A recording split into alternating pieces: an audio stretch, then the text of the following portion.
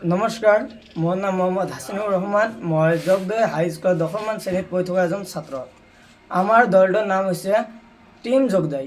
আমি দলত আলোচনা কৰি বিকশিত ভাৰতৰ প্ৰজেক্ট হিচাপে বৰষুণৰ পানী সংৰক্ষণ কৰি তাক কেনেকৈ উপযুক্ত কামত ব্যৱহাৰ কৰিব পাৰোঁ তাৰ বিষয়ে আমি চিন্তা কৰিছোঁ আৰু এইটো উপস্থাপনা কৰিবলৈ চেষ্টা কৰিছোঁ। এইটোৱে হৈছে আমাৰ প্ৰকল্প আৰু এই প্ৰকল্পটোৰ নাম হৈছে ৰেইন ৱাটাৰ হাৰ্ভেষ্টিং।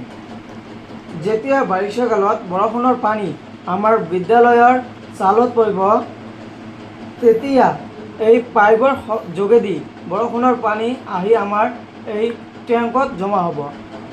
জমা হোৱা পানীখিনি যেতিয়া খৰাং বতৰ আহিব, তেতিয়া সেই পানীখিনি আমি পাইপৰ যোগেদি বিভিন্ন ধৰণৰ কৃষি কাৰ্য ব্যৱহাৰ কৰিব পাৰোঁ।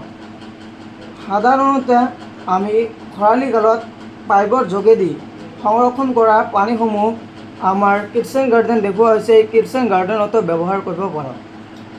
ধন্যবাদ।